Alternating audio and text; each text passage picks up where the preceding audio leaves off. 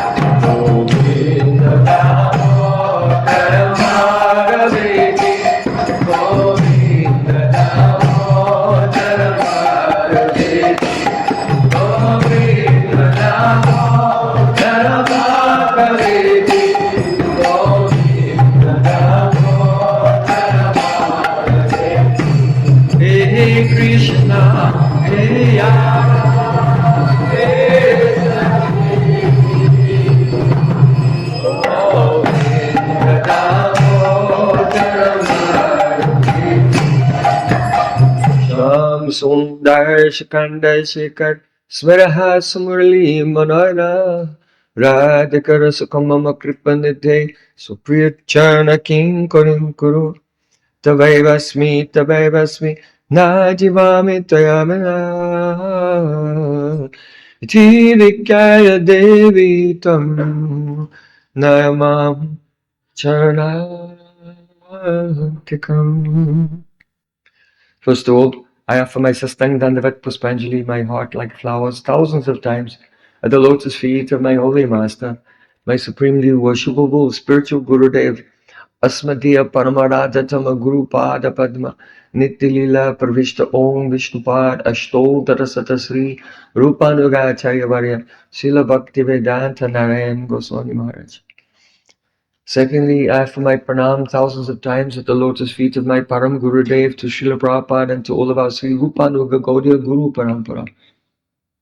And finally, I offer my pranam to all the assembled Vaishnavas and Vaishnavis Vancha Kalpaturvasa Kripasena Patitampa. Shri Gurudev ki.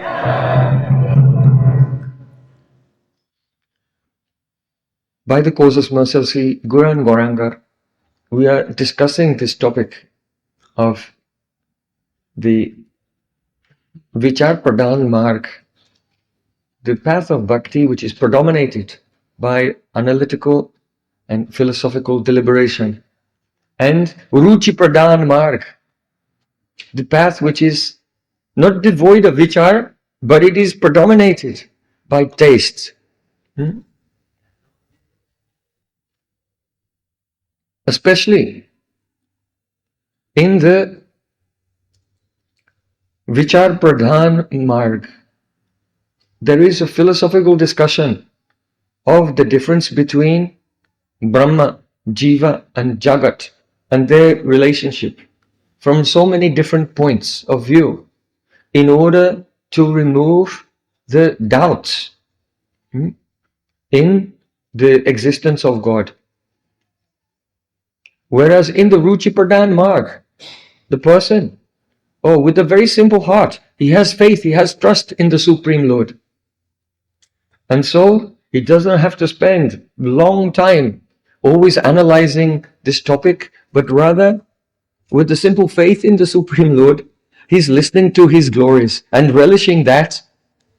And by the avesh, by absorption in hearing, then the sankshai, or the doubts which come from the unstable chitta, they become eradicated.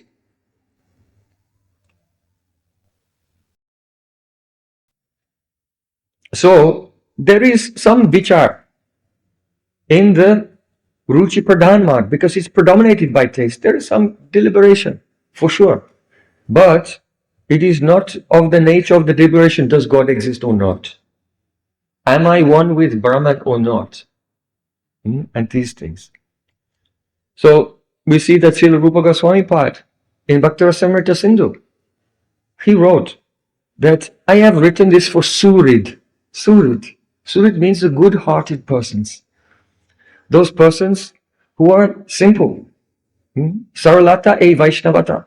Simplicity is Vaishnavism. They're not critical and hypocritical.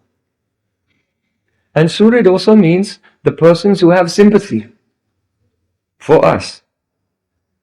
They're called Surid, or friends. So Surid here means those who have sympathy for this subject of what? Bhakti Rasamrita Sindhu.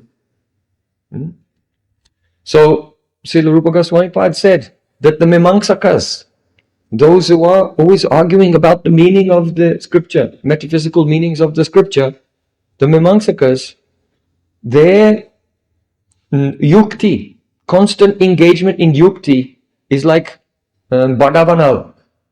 That means the great fire that underneath the ocean which can never be extinguished. There was a rishi named Urva Muni, and by his curse there was a fire beneath the ocean. So if you have a fire, you can put water on it, it will go out. But if there's a fire that does not go out beneath the ocean, then how will you put it out? So the addiction to yukti is caused by the indifference, turning the consciousness away from God.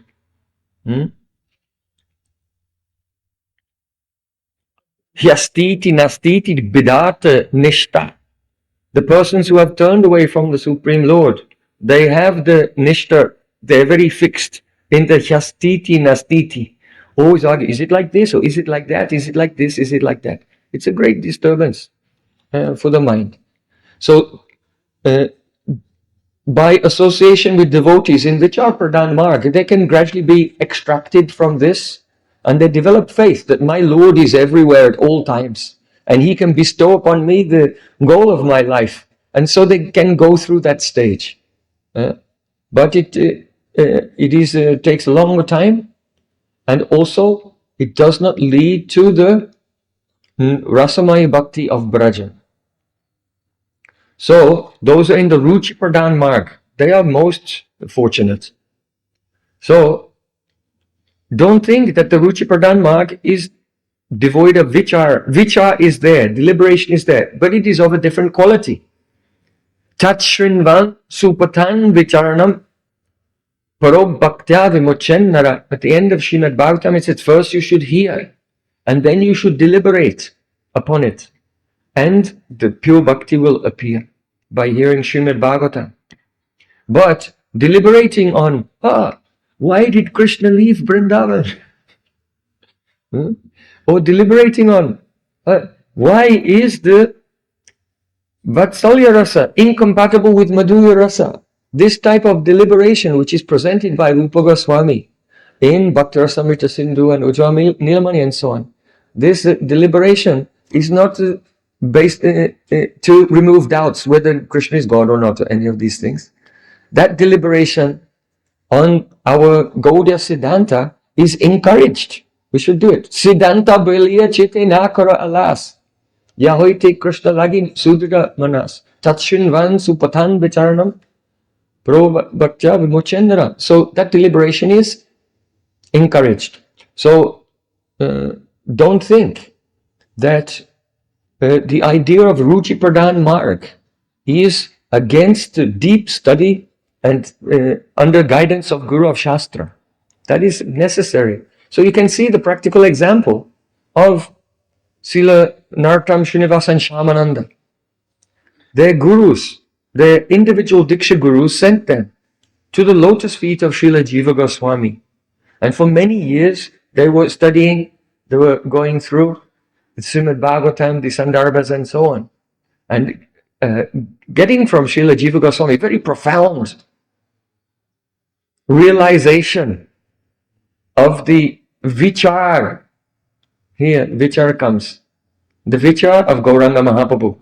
Gaurar ami, mokhi bolile nahi chale. Gaur achar, gaur vichar. Laili fale fale. So you don't take this to be the rejection of the vichar, deliberation. But we are speaking about the association with advanced Rasik Vaishnavas in Raga Marg. Will free one from the entangling arguments and doubts that can go on for so many years on the Vichar Pradhana Marg. But even in this line, there is some Vichar, but this Vichar is a Anukulyena Krishna Anushilanam. It is a cultivation of moods and activities which are favorable for the service of Sri Krishna. So Sri Jagannatha Pandit said, Gora Ami, Gora Ami. There are many persons say, I am Gaudiya, I belong to Gaura. By their mouth they say, but in their life they don't live it. So Gaur Achar, Gaura Vichar, Laili Fale Fale, only if a person follows the example of Chaitanya Mahaprabhu, Gaur Achar and Gaur Vichar, Vichar also, his deliberations, his conceptions. If one becomes immersed in the Vichardhara, the current of the conception of Chaitanya Mahaprabhu, only then the fruit of being Gaudiya will be attained. So, these points we discussed yesterday. Now we're moving on to the next point. Srila Jiva Goswami Pad is explaining here in Bhakti Sandarbha.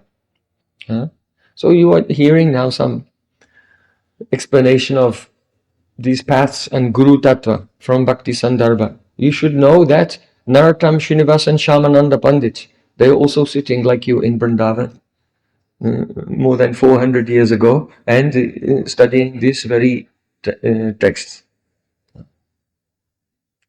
So Jiva Goswami Pad is saying now, on both of these paths, Ruchi Pradhan Marg and Vichar Pradhan Marg, the person who was the Shravan Guru in the beginning later becomes the Shiksha Guru, the teacher who guides one along the path. He shows the bhajan vidhi. And this is natural. Why? Because that person is available. That means sometimes a very great Vaishnava is traveling here and there, like Madhavendra Puri. Madhavendra Puri came to Mathura and he met Sanudiya Brahmin and he gave him Diksha. But then he left and he traveled here and there. He stayed for some time and then afterwards he left and he went to South India to collect the chandan. But he did not return. So here we see that sometimes a person will meet their Diksha Guru, but then somewhere or other, the Diksha Guru, he goes somewhere else or he leaves this world, he's not available. So then, Shiksha Guru is necessary to continue to nourish that devotee along the path. We see the example of Sri Advaita Acharya also. Madhavendra Puri was traveling here and he came to Shantipur when Advaita Acharya was young. And he was so impressed and he received Diksha from him. But then he went again traveling and Sri Advaita Acharya did not meet him again. So it sometimes happens that one may receive Diksha from a very high level Vaishnava, but after some time they may not be available. And so, not always, but very often, the Shravan Guru, the one who was inspiring us, the Diksha Guru may come, give initiation and then go. And the Shravan Guru continues to guide one on the path. So he becomes a Shiksha Guru. So Jiva Goswami Pad said this is natural because the Shravan Guru is someone who is available to you in your life. You can meet with them and spend. a lot of time with them. And the Shiksha Guru should be of the same nature as well. It cannot just meet a person and go and then this is it. Because we need life experience. And as we are going through our life, different phases of our life, different situations come. Then some guardian should be there. A guardian. Person who can see 360 degrees all the dangers around us and preemptively give instruction how to avoid them and attain perfection in our life. So it's a question of availability. Guru should be available. If a person has a guru and they can never meet with him, then it's problematic. Availability is important. Then, now Jiva Goswami Pad saying that in the beginning there may be many Shravan gurus, those persons from whom we're hearing and we're learning. But genuinely, a person will select one among them to be Shiksha Guru. So even though Shiksha Guru or the Shravan Guru, there can be many, it's permitted. But one should be selected as the main one. And one is selected due to individual taste. It is the individual taste of the devotee. It cannot be controlled by others. Now Srila Jiva Goswami Pad saying, the mantra guru, that is the person who gives you the Diksha mantra, he can only be one. Shiksha gurus, Shravan gurus, there may be many, but one should be prominent. Diksha guru, you can have many and one can be prominent. No, you can only have one who gives the Diksha mantra. So, and this is further corroborated by the fact that the scripture says it forbids one to accept more than one mantra guru. You can have more than one guru who gives the Diksha mantras. Gopal mantra, Kam Gayatri, these mantras. Therefore, it is said in Shastra that a person who receives mantra from another guru, then just by receiving that mantra from another guru, it is automatically understood that he has rejected the first guru. He may say, no, I have not rejected the first guru. I'm just expanding my horizons. But this is not Shastra says. Shastra said that accepting the Diksha mantra from another guru is tantamount to rejecting the first guru, actually. So these considerations are there. Our Param Gurudev, Srila Bhakti Pragyan Kesha Maharaj, he instructed that a person who accepts a Shiksha Guru, the teaching of the Shiksha Guru should be nourishing the teaching that he has received from his Diksha Guru. There should not be any point of a conflict or any type of the contradiction. So there is first of all a Vatma Pradashak Guru. Vatma Pradashak Guru means the person who shows you the path. It says, oh, this is the path of bhakti. Go in this direction. Vatma Pradashak Guru.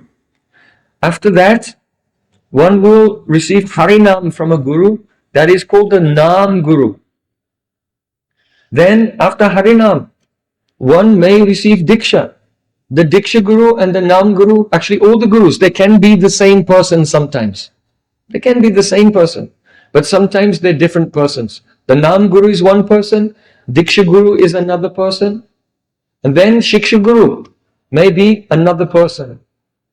If the Shiksha Guru is so powerful that by his instructions he brings your soul to the direct service of the lotus feet of Krishna, then that Shiksha Guru is called Bhajan Shiksha Guru.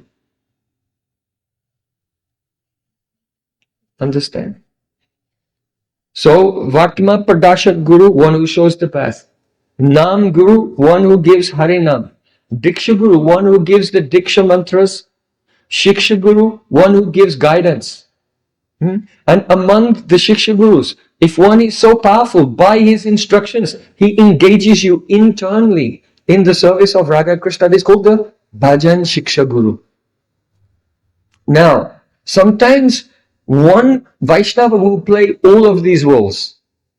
And sometimes there will be different Vaishnavas. In the case where they are different Vaishnavas, how should one see them and reconcile everything?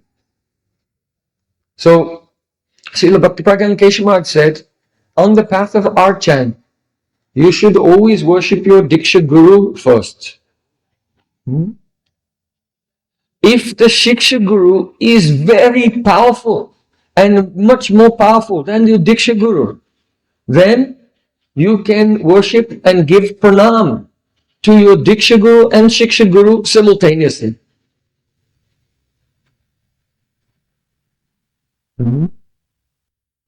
So, if the Diksha Guru in some case is not so qualified,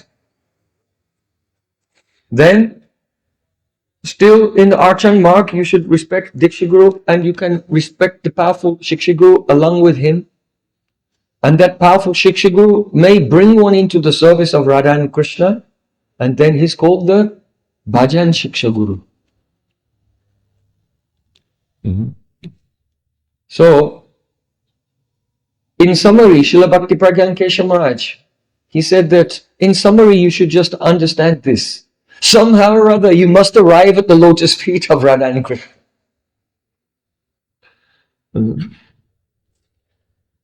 Jiva Goswami has said that if there is a guru who said, don't associate or hear from that person. Now sometimes there may be a legitimate reason. There may be someone who is a sahajya and you don't understand. So Guru will tell that this is not a good idea and explain why. But if a person is just actually envious, he's Vaishnava Vidveshi, then this is the only extreme instance when one can give up the Guru. One should never give up Guru. But if the so-called Guru is Vaishnava Vidveshi, he has envy towards a Mahabhagavat, then there should be Tyag. Give up that person and in great humility take shelter of the Mahabhagavat Vaishnava. Now we're moving on to the topic. Srila Jiva Goswami has said that one worships a particular Ishtadev according to his tastes. And also the way in which he worships the Ishtadev is according to tastes. So there should be some praman for that. So Srila Jiva Goswami is giving the praman. Labda nugra acharya tena sandashitagamaha mahapurusham abhyachen murcha bhimata atmana. This is from the Srimad Bhagavatam. It is 10.3.48. Sorry, 11.3.48. 11.3.48. So this is a very important verse spoken by Krishna. It says, Labdha Anugra Acharyat. One who, Acharyat, from the Acharya, Labdha Anugra, has received mercy. So here, the receiving mercy from the Acharya means that he received the Pancharatrik Diksha. Sisi Radha Shama Sundara Ji ki jai. Tena Sandarshita Agamaha. And by that Guru, he's shown an Agama. Here Agama means the Tantra Shastra, Vaishnav Tantra. In other words, all the methods, how one should follow the rules and regulations of Vaidhi Bhakti, how to serve the deity, and these things. So he has received initiation in Panchatrik Marg, and he is shown how to practice. And then Mahapurusha Abhyachen. Then he should engage in Archan. Under the guidance of Guru, he should worship the Mahapurusha, the Supreme Lord, Murtya bhi mata atmanaha. You should worship the murti, the form of the Lord. Abhimatmahala. That means according to his abhiman. So here the idea is that Srila Jiva Goswami Pad has given the example of a Shalagram Shila. Someone may be worshipping a Shalagram Shila of Krishna. But which aspect of Krishna? Which form of Krishna? Krishna in what rasa? That is not clear from the Shalagram Shila. Because the Shalagram Shila is actually not a murti, a direct murti of the Supreme Lord. The Shalagram Shila, Krishna has no Gulab Jamun Swarup. Krishna has no incarnation as like a ball. The ball incarnation of the Lord. So, the Shalagram Shila is called Bhagavad Aka Adhisthanam. It is the Shalagram is the place where the form of the Lord manifests to one who worships the Shalagram Shila. So, therefore, if the Shalagram Shila, what murti are you worshipping? So, Abhimatmanaha means according to the Abhiman of the disciple. And this Abhiman of the disciple comes by the association of his Guru and by receiving the mantra. Because Guru will give mantra to a particular form of the Lord. Divyam Jnanam Yato Dadyat Kuryat Papa Sasankshayam Tasmad Diksheti Sa Prokta Deshikais Govidai Deshtai Tattva Govidai. Those who are expert in all the tattvas, they have said that Diksha is the process by which one receives Divya Gyan, transcendental knowledge. Now that transcendental knowledge is of two types. Bhagavat Swarup Gyan, knowledge of what is the Swarup of your Ishtadev, and Bhagavat Sambandha Vishesh Gyanam Cha, what is your Vishesh Sambandha, special relationship with the Lord. So by this, receiving mantra from Guru and Shiksha in the mantra from Guru, then the devotee does all of his activities of bhakti with a particular abhiman. This is my Lord and I am related to him in this special relationship. And so Jiva Goswami Pad is using this verse, Labdva Nugra Acharya, to show how one worships the Lord, a particular form of the Lord, according to his taste, his ruchi, his interest. This verse is very important because Jiva Goswami has quoted this verse in connection with the second verse of Srimad Bhagavatam. Sadhyo Ridyavarudatet Kritibi Susurusibis Tatchanat. Which means that, what is the need of any of the scripture? Then Srimad Bhagavatam, as soon as one only desires to hear this Srimad Bhagavatam, then the Lord manifests in the heart. He becomes trapped within the heart of the pious person. Kriti B means of the pious persons. So now the question comes, well, who is that person who is qualified that only desiring to hear Srimad Bhagavatam, Krishna comes and appears in their heart? Who is that, the Kriti B? Who are those persons who are they've undergone the samskar? They are Kriti B. That means by those who are Kriti. They are purified. They've been refined by the sanskar. So it means they've been refined by the process of pancha sanskar, which is Diksha.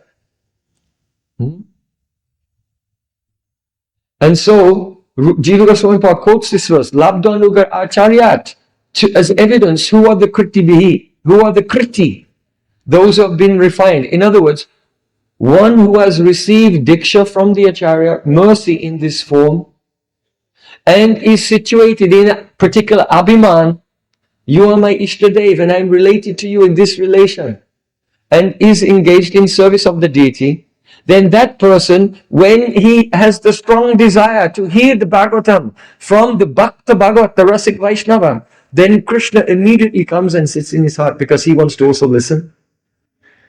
Tatshanat means immediately, and Chana also means Utsav, festival. Hearing Bhagavatam is a festival even for Krishna, so he comes running there and stays in the heart of that devotee. So, if you combine this verse and the second verse of the last line of the second verse of Srimad Bhagavatam, there we see perfectly the synergy, the exact way in which the Pancharatric Guru Parampara and the Bhagavat Guru Parampara, they integrate and are related to each other. If you can understand this point today, you are a very rare person. Very rare persons in the world understand what is the Diksha Guru Parampara and Bhagavat Guru Parampara. Some people say, oh, we are not a Diksha Parampara, we are a Shiksha Parampara, but this is not the point. In Shastra, there is Bhagavat Guru and Pancharatric Mantra Guru. In the beginning of the Sandarbhas, and in other places also in the Sandarbhas, at the beginning of the Sandarbha, each Sandarbha, then Jiva Goswami is saying, Atha Natva Mantra Gurun. The Gurun Bhagavat Atadan means at first I bow down to my Mantra Guru and then I bow down to my Gurus who give me the meaning of the Bhagavat. So again and again in Bhakti Sandarbha, this discrimination between Pancharatric Marg, the path of the Pancharatra Vaidhi Bhakti, and the Bhagavat Marg, which is the Raganuga Bhakti, have been mentioned again and again, and we should understand clearly how these two are related. Now, so Jiva Goswami has shown how one serves a particular Ishtadev according to his Ruchi. Now he wants to show how the method that the devotee serves his Ishtadev is also based on Ruchi. So he's quoting from the 11th canto of Srimad Bhagavatam. We mentioned this yesterday.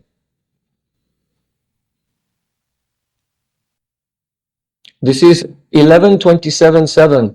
Vaidikas tantriko mishra iti me trivido makha. Trayanam ipsite naiva vidina mam samarcharet. It means, one should very, samarcharet, mam vidina, one should very carefully worship me according to the directions of the scripture. Trayanam ipsite naiva. And there are three ways you can do this. Trayanam. Three ways. What is it? Vaidikas tantriko mishra. Following the Vedic path or the Tantric path. Following Nigama or Agama. Nigama means Vedic and Tantric means the Agama means the Tantric. So, or Mishra, a mixture of both. So there are three ways, following the Vedic regulations, the Tantric regulations, or a combination of both. And Trayana ipsite naiva. Here, the word ipsita means by your desire, according to your taste, according to your desire. Ipsitena.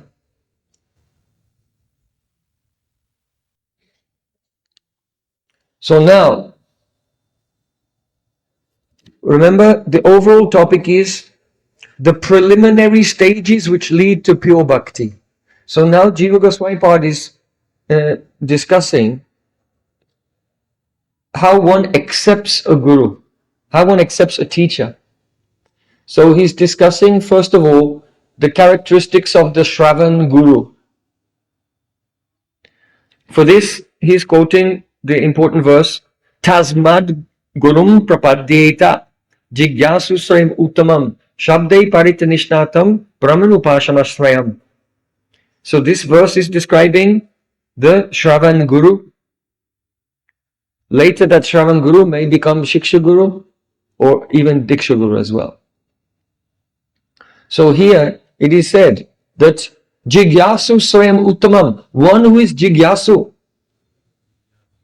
very eager to inquire about Shreyam Uttama. What is the supreme benefit? There are two subjects, Shreyas and Prayas. Prayas means what is my short-term benefit? And Shreyas means what is my ultimate benefit? So generally we see in this world, everyone is going here and there, and searching out the prayers. What is my immediate benefit? How can I get money? How can I get power? How can I get enjoyment? How can I get security? And so on. But this is a losing battle because there's no shelter in this world. This is why it's called an ocean. If you're in the middle of an ocean, you can paddle for a certain amount of time. Eventually you become exhausted and you'll sink. There's no shelter. There is no shelter anywhere. The only ashray is Vibhu Sarva Ashray, the Supreme Lord.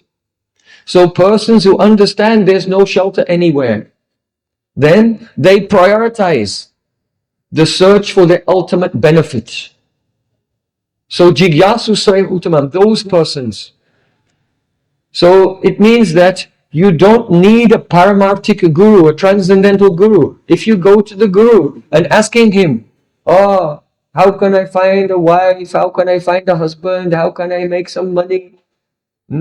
Where will I live? What will I... All these material problems. No. One goes to the transcendental guru, seeking out, how can my soul attain the supreme goal of life? Love for Shri Krishna. So, because Tasmad Gurum Prapadit, here the Tasmad means therefore, and it's because this verse comes after a whole suite of verses describing that money causes trouble. It is just like death. Nityati dena vittena durlabena pramrityuna. The search for wealth sucks up your life and entangles you in the world. That you should think that the wealth is like death. So money cannot save you. And there was a discussion of the how male and female, they get together and they make a pact. We will drive away all suffering and we will attain all happiness. But what happens? The exact opposite. Instead of getting all happiness and driving away all misery, they attain all misery and drive away all happiness. So, paset paka viparyasam maitunam charnam rinam. So, those who go to heaven, they spend their pious credits and then they fall back down to earth. So, after discussing all these different ways that people search for happiness and showing how they all end in failure and disappointment. Tasmad Gurum Prapadyeta. Therefore, one must go to a guru and ask about the ultimate benefit. This is the qualification of the disciple, that he's become frustrated, disappointed, disillusioned, and he's given up all these other paths and wants the ultimate goal of life. Now, the qualification of the guru. Shabdai pari cha nishnatam brahmanupasamasrayam. Nishnatam means the guru has nishta, fixity. He's fixed, he's loyal and devotee to two things, Shabdai and pare. So, Shabdai means Brahmani Veda Tatparyena Nishnatam. He's fixed in the ultimate Tatparya, the purpose of the Vedas. He knows the Vedas very well and knows what is their ultimate purpose. And therefore, by hearing from such a person, all one's doubts can be destroyed. Sankshayatma vinashyati. As long as there are doubts, one's life is ruined. But tannishtam param jnanam, those who have nishta, shradhavan labate jnanam, those who have faith, they attain knowledge. So you should contrast these two statements of Krishna in Bhagavad Gita. Sankshayatma vinashyati, those who have doubts, they are ruined. And shradhavan labate jnanam, those who have faith, those who have loyalty, then they attain knowledge. Without loyalty and dedication, you cannot attain knowledge. Don't think, I'll get the knowledge first and I'll be loyal later. No, one has to be loyal and dedicated now, and the knowledge will arise. So, Shradhavan labate jnanam. So, here, the qualification of Guru, Nishnatam, he has nishta, steadiness, fixity, loyalty in the ultimate message of the Vedas, that is Shabde. And Pare means Bhagavad Rup Adi, Aparaksha Anubhavena. He does not have an indirect realization, he has direct realization. Aparaksha Anubhavena of Bhagavad Adi Rup. The Bhagavad Rupadi. He has the direct realization of the form, the qualities, and so on of the Supreme Lord. So these are two things. Here you can see that the word Shabda is used in its weak sense. Sometimes words in Shastra, they're used in a weaker sense and sometimes in a strong sense. So here, Shabda means the message of the Vedas. It does not mean he does not refer to the realization of Shabda Brahman, because the Pare means the realization of the Shabda Brahman. So here the word Shabda means he understands and can explain all the message of the Vedas, but he's also realized the goal of the Vedas, the Supreme Lord himself. Just like, here's another example we discussed yesterday. Prahlad Maharaj, he said, Evam Vimrisha Sudyo Viramanti Shabdat. Evam Vimrisha Sudyo Viramanti Shabdat. Because earth, water, fire, air, ether, all the elements, all the demigods, and all the human beings, they're all material. So by knowing them, you cannot know the supreme truth. And they themselves cannot know the supreme truth. Therefore, Evam Vimrishta. Therefore, having deliberated on this fact, then Sudyo Viramanti Shabdat. Those who have good intelligence, they stop the analytical study of Shabda, the Vedas. That means they stop this studying Shabda. But what does it mean? It means they stop the analytical study of the words, the mantras of the Vedas. It doesn't mean they stop listening to Shabda Brahma. You see? So I'm just giving, because the example came up here, and if you look at the verse yesterday of Prahlad Maharaj, Evam Vimrishya Sudyo Viramanti Shabdat. We see in both of these verses the word Shabda, referring to transcendental sound, is taken in its weak sense only the words of the Vedas, because the Shabda can also mean word. Shabda means Veda and it can also mean word. So that is the weak meaning, and sometimes you find that in Shastra. But Supreme Lord, he has said that I have two forms, my own Swarup and Shabda. So here the Shabda is the Shabda Vigraha, Shabdarcha, the sound deity of the Lord.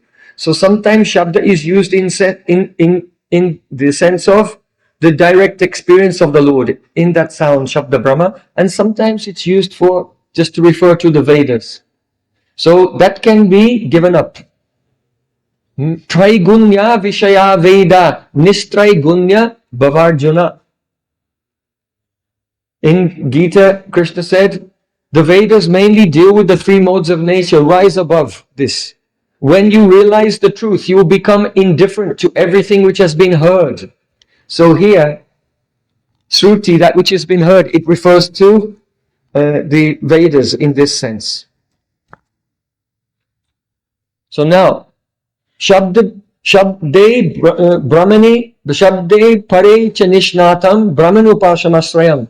So here the word Brahmani refers to Shabda and Pare. Shabda Brahmani and Para Brahmani.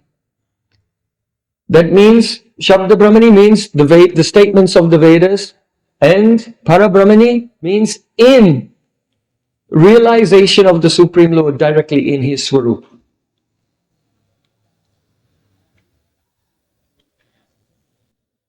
So these are the qualities of the Shravan Guru.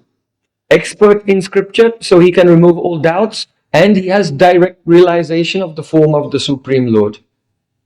So Narad Muni, He has described in the 4th canto of Srimad Bhagavatam, the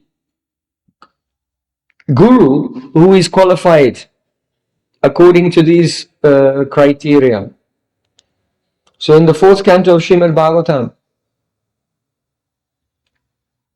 then Narad Muni said, Savai priyatamas chatma yato bayam na bayam anvapi iti veda savai vidvan yo vidvan sa guru hari. Very beautiful. He's saying that one who is on this path of bhakti, yatona bhayamanvapi, has no fear at all. If you're experiencing fear or anxiety, then it means I am not really situated on this path of bhakti steadily. Because one who is surrendered, Atmani Vedana Tuapada Kuri Hoinu Paramasuki. Oh my Lord, since I surrendered to you, I am completely happy. Dukkha Dure Gelo Chintana Rohilo Chaudikayananda Deke. All my anxieties have gone far away and I see happiness in all 4 directions. So, Savai Priyatamas Chatma Yatona Bayam Anvati. Those who are on this path, they have no fear at all. Anu api. Anu means the smallest particle. They don't even have the smallest particle of fear or anxiety. Why? Savai priyatamas chatma. Because they know that the Supreme Lord is dear to the soul and the soul is dear to the Supreme Lord. Priyatamas chatma.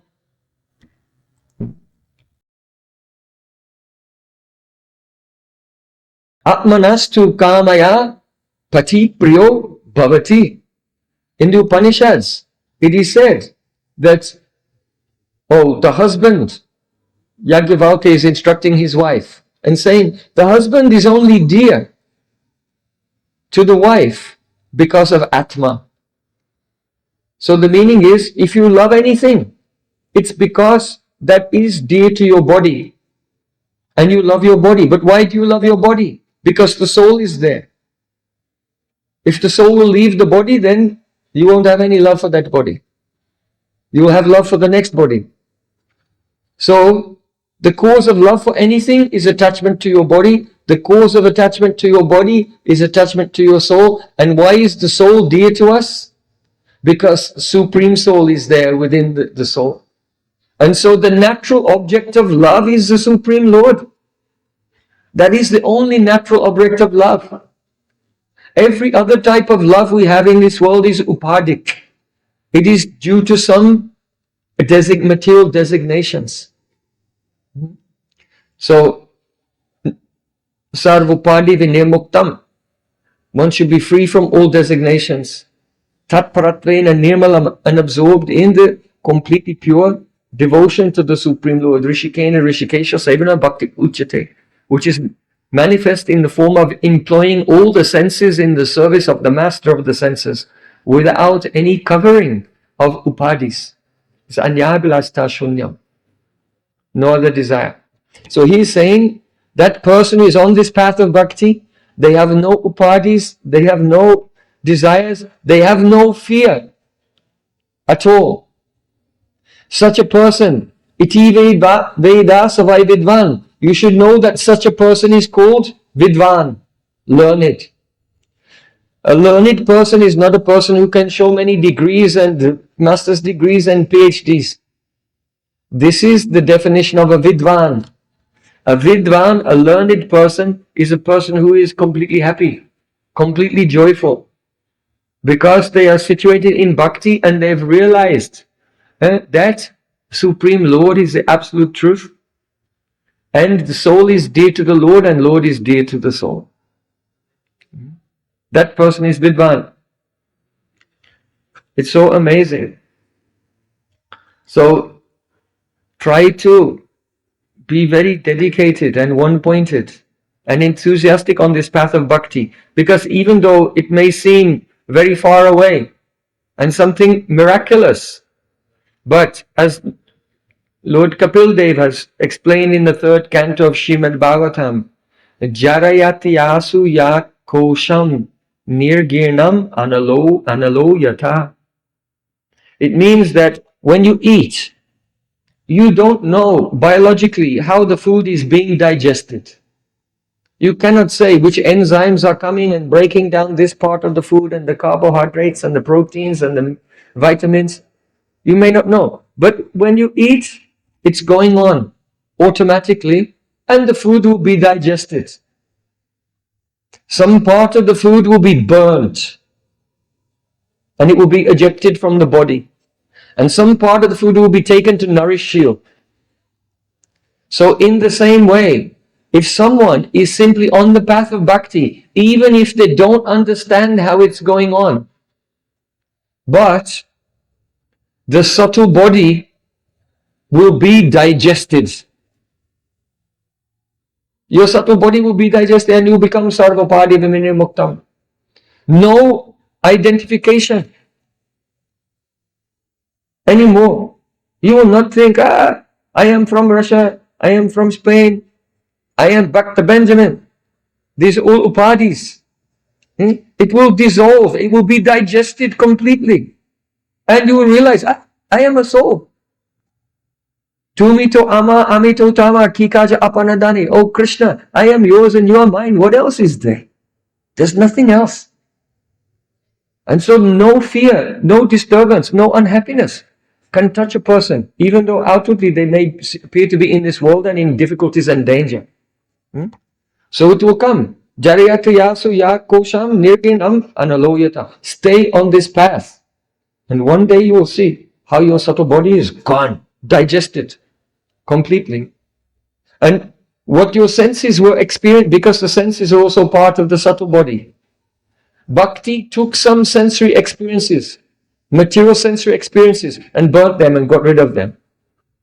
And from your sensory experiences of the kirtan and harikatha and the deities and parikrama, and they took all those and nourished you. Yeah? This is the example. In digestion, something is burnt and something is nourished.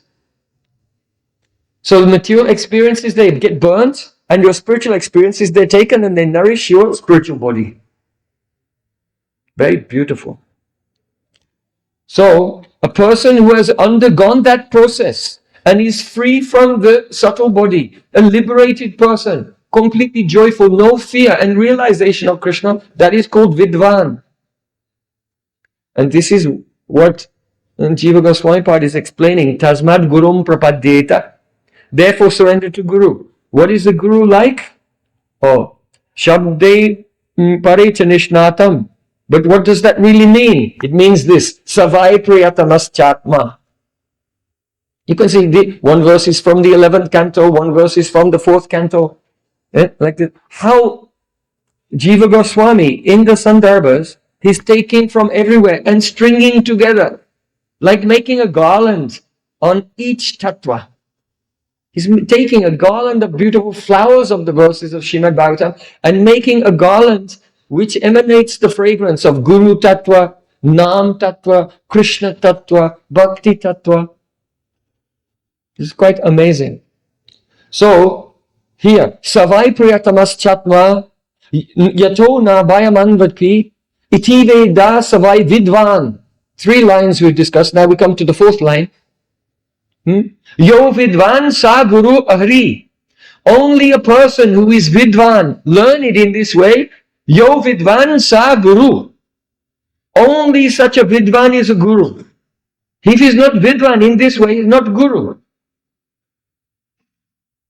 And Yo Vidvan Sa Guru Hari. And such a Guru is Hari. Also, in other words, all the forms of this world that we are seeing, Paramatma is there, and Paramatma is there in an impartial capacity, facilitating the karma of that jiva in their activities. But if a person becomes Vidvan, realized in this way, then he himself is liberated. And his desire and Krishna's desire have become one. And so now the activities of that person, it is not Paramatma in the heart permitting the karma of that body to unfold. It is Krishna in the heart. And that devotee is completely in tune with the desire of Krishna. And so that person is tantamount to, he is non-different from Krishna himself. Therefore, Acharya man vijaniyam navamanyeta kahichit. Therefore, Sakshad Haritvaina Samasta Shastra. All the Vedas say Sri Guru is directly a manifestation of the Supreme Lord. Therefore, Guru Krishna Rupahaya Shastra Pramane. Therefore, Sakshad Bhagavati Jnana Deepa Praday Guru. The Guru who gives transcendental knowledge, Yasya Sakshad Bhagavati is directly the Supreme Lord. So again and again in the scriptures, this conclusion is given, and also in this verse. So this is a very beautiful verse describing the minimum qualification of a real Shravan Guru or Shiksha Guru or Diksha Guru also. But in this context, it's a discussion of Shravan Guru who becomes Shiksha Guru. So, Yo Vidvan Sa Gurur Hari. Now, having shown the high qualification of the Sadguru, now Jiva Goswami wants to show what is contrary to that. In other words, unqualified gurus. So now he's coming to the subject of a guru with attachment and without attachment. That is called the Saragavakta and Niragavakta. The speaker who has attachments and the speaker who has no attachments. So Jiva Goswami is saying a teacher can be of two types, according to the Brahma Vaivarta Purana. Saragvakta and Niragvakta. So, the Saragvakta, the speaker, who has worldly attachments, is greedy, is always doing a fundraiser to raise money for something that never happens and then disappears with all the money. So, a teacher with attachment is greedy, and when he speaks, it does not touch the disciple's heart. This is the point which is very important here. So here in the Brahma Vaivarta Purana, let's look at the Sanskrit. In Brahma Vaivarta Purana it says, Vakta salaga nirago dvidida pariketita salago lolupa kami. He is greedy and lusty. Tad uktam hrin na samsprishet. Hrin na samsprishet. When he speaks, it does not touch the heart. Samsprishet. It does not touch the heart. So, upadesham karotyeva na pariksham karoti cha. Now the next symptom of the attached speaker is, he gives instructions, but he does not do pariksha. He does not test the disciples before giving upadesh. So here upadesh means actually initiation. Initiation. So if a person is giving initiation but not testing the person for 1 year or 2 years, then this is the symptom of the speaker who has attachments. So then, aparikshopadishtam yal lokanashaya tadbhavet. And then, by giving initiation to disciples who have not been tested, this causes lokanasha, destruction of the world. The world becomes destroyed by persons who give initiation to disciples without testing them properly first. So now, Jiva Goswami will explain what's the symptom of a Niragvakta, the speaker who has no attachments and who can really touch the heart. We'll discuss the characteristics of that guru in the evening program. Gaur Premanande, Hey Hey Lo.